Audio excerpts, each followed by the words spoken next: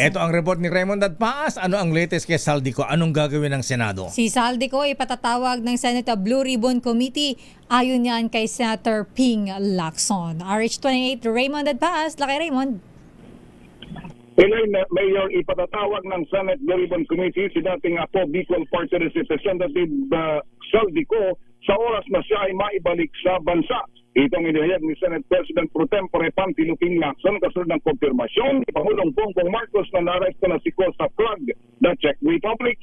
Ayon kay Lacson, sa unang oportunidad ay kanilang padadalakan ng summon si Ko upang kumarap sa investigasyon hinggil sa maanumalyang flood control projects.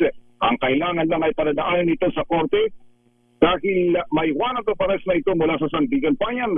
Buwan ng Enero nang naglabas ng Shepos Order ang Blue Ribbon Committee laban kay Ko dahil sa hindi nito pagsipot sa mga hearing ng Committee sa Flood Control Anomaly.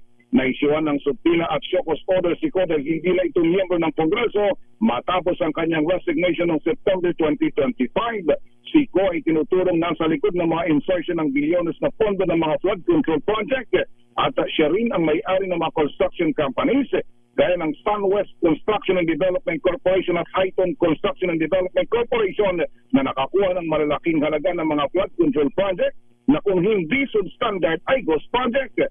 Sa inalabas na Senate Blue Ribbon Partial Committee Report, inirekomendang investigahan at kasuhan si Ko dahil sa ginawang pananamantala sa pondo ng flood control projects nang siya pa ang chairman ng House Committee on Appropriations sa panahon na ang speaker ay si late Congressman Ferdinand Martin Romualdez.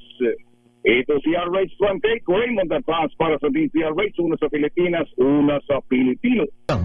Daming